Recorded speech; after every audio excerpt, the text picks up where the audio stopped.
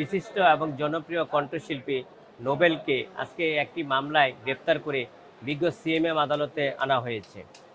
এবং আজকের যে ভিকটিম এবং বাদী একই ব্যক্তি, উনি নিজে মামলাটা করে 2000 নারী শিশু নির্যাতন দমন আইন 2000 সংশোধনী 2003-এর 9-1 মামলাটা করেছেন।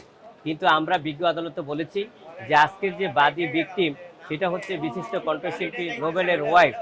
আজকে যে বাদী করেছেন ওনার সাথে আমার সামাজিক যোগাযোগের মাধ্যমে পরিচয় হয়। পরবর্তীতে আমরা ঘনিষ্ঠতার সুবাদে আমরা বিবাহ বন্ধনে আবদ্ধ হই। 28 তারিখে আমরা বিবাহ বন্ধনে আবদ্ধ হয়েছিলাম। কিন্তু পরবর্তীতে আমরা একই ছাদে বসবাস করি এবং ঘর সংসার করে আসছি। ইতিমধ্যে আমার 4 মাসের আজকে যে বাদী, আমার 4 মাসের প্রেগনেন্ট অবস্থায় আছে আমার স্ত্রী। আমরা বিজ্ঞ আদালতে সেটা বলেছি এবং বিজ্ঞ আদালতে সেটাই প্রমাণ করে যে সে 4 মাসের প্রেগনেন্ট, আমার যে ওয়াইফ সেটাই প্রমাণ করে। বিজ্ঞ আদালত তারপরও কাবিননামা সহ কাগজপত্র আমাদের কথা বলেছিলেন। আমরা বলেছি যে যেহেতু আজকে গ্রেপ্তার করা হয়েছে, যে জন্য আমরা কাগজপত্র হাতে পাই নাই, আমরা কাগজপত্র সামনের তারিখে কাগজপত্র আমরা দাখিল করব। এবং আমরা বিজ্ঞ আদালতে এটা বলেছি যে যেহেতু ওয়াইফ হাজব্যান্ড হিসাবে তারা ঘর সংসার করে যাচ্ছে এবং কারো না কারো পরিচিত হয়ে এই মামলাটি করেছে। আমাদের বাঙালির সমাজে ওয়াইফ হাজব্যান্ডের মধ্যে ভুল বুঝাবুঝি হতেই পারে এবং মানবাধিকার থাকতেই পারে, সেই কারণে এই মামলাটার উদ্ভব সৃষ্টি হয়েছে। আমরা আশা করব যে আজকে বাদী বা ভিকটিমের যে মানবাধিকার সেটা অচিরেই কেটে যাবে এবং উনি বিজ্ঞ আদালতে এসে অনাপত্তি দিবেন এবং জামিনে আপত্তি করবেন না এবং উনি ওনার ভুল বুঝতে পারবেন। আপনারা জানেন যে ওনার ওয়াইফকে দিয়ে আমরা মনে করি যে তৃতীয় কোনো শক্তিও পরিচিত করে আমার যে সুনাম সারা দেশে বিদেশে সুনাম রয়েছে আমার শিল্পী হিসাবে, সেটা আমাকে সামাজিকভাবে এবং রাষ্ট্রীয়ভাবে আমার সুনাম ক্ষুণ্ণ করার জন্যই সে এই কাজটা করেছে বলে আমরা মনে করি। কিন্তু বিজ্ঞ আদালতে সে সাবমিশন রেখেছি আমরা। এবং আপনারা জানেন যে এই শিল্পী শুধু বাংলাদেশে নয় এবং ইন্ডিয়াতেও আমাদের পার্শ্ববর্তী দেশে উনিও গান করেছেন। সারা দেশে বিদেশে ওনার লক্ষ লক্ষ দর্শক শ্রোতা আছেন, তারা এই গ্রেপ্তারে ব্যতীত হয়েছেন, কষ্ট পেয়েছেন। আমরা আশা করব যে ন্যায় বিচারের স্বার্থে এবং বাদীও সেটা তার ভুল বুঝতে পেরে যে আগামী দিনে আমাদের বিজ্ঞ আদালতে এসে উনি জামিনের ব্যাপারে সহযোগিতা করবেন, তাহলে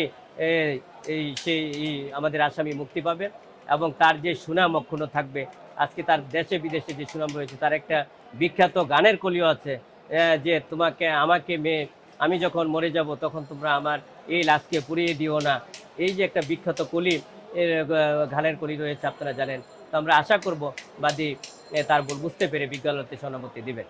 নোবেলের আইনজীবী হিসেবে আপনি কি একটা মানে ওনার কি বিয়ের যে ডকুমেন্টস কাবিননামা এটি কি আছে? জি, দেখেন বিয়ার কাবিননামা সবারই থাকে এবং কাবিননামা আমরা করলে কেউ বিয়ে করার পরবর্তীতে কাবিননামা ওঠে না। যখন সময় সুযোগের প্রয়োজন হয় তখনই আমরা সাধারণত কাবিননামা উঠাই। এটা আপনার ক্ষেত্র, আমার ক্ষেত্র, সবার ক্ষেত্রেই প্রযোজ্য। কিন্তু দেখেন বিজ্ঞ আদালত যখন বলেছে তখন আমরা বলেছি যে কাবিননামা ওঠানোর মতন আমাদের সময়ই ছিল না। কারণ হচ্ছে সকালে গ্রেপ্তার করে, মামলা হওয়ার পরে সকালে আমাদেরকে গ্রেপ্তার করা হয়েছে।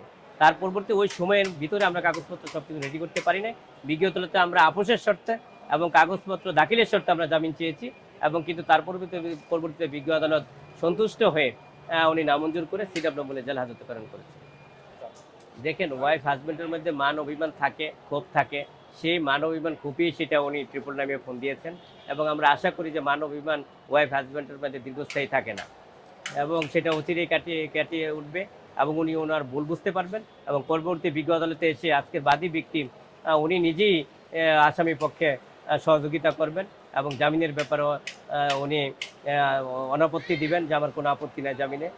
তখন আমরা আশা করি সেটা ভুল বুঝতে পারবেন বাদী এবং আমরা জামিন লাভ করব। নোবেলের দেখেন এই বিখ্যাত এই কণ্ঠশিল্পী নোবেল, আজকে জানেন তার বাংলাদেশ সারা বিশ্বে তার লক্ষ লক্ষ তার দর্শক এবং শুভাকাঙ্ক্ষী আছে। তারা এই গ্রেপ্তারের মধ্য দিয়ে তাদেরকে আমরা মেসেজ দিতে চাই যে এই ঘটনাটা সম্পূর্ণ ষড়যন্ত্রমূলকভাবে তৃতীয় কোনো পক্ষ এটার সাথে জড়িত। নোবেল এবং আজকে যে বাদী এবং ভিকটিম, তারা ওয়াইফ এবং হাজব্যান্ড এবং যে সেই শুভাকাঙ্ক্ষী এবং যারা লক্ষ লক্ষ শ্রোতা আছেন, তারা এই গ্রেপ্তারের পরে যারা ব্যতীত হয়েছেন এবং যাদের হৃদয় স্পন্দন করেছেন, আমরা বলবো যে আমাদের এই প্রিয় শিল্পীর জন্য আপনারা দোয়া করবেন এবং আমরা অচিরেই আপনাদের এই প্রিয় শিল্পীকে আমরা জামিনে মুক্ত করতে পারবো বলে আমরা আশ্বস্ত করতে পারি।